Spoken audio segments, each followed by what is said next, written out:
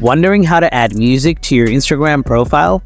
There has been a trend of adding music on profile for a while. In this video, you're going to learn how to add music to Instagram profile on Android. Without any further ado, let's start.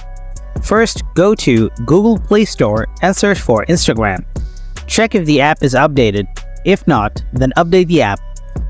Open Instagram, tap on the small profile icon on the bottom right corner. Next, tap on the Edit Profile. In the bottom part of the screen, tap on Music. Then tap on the plus icon to open up Music Library. Here you can choose music that you like to add to your profile. And after that, you have to select the portion of the song you want to add. Then hit on the tick icon twice to continue. Now, go back to your profile section. You will see the music has been added to your profile. That was pretty easy, wasn't it? If you want more tutorials on Instagram, let us know in the comment box.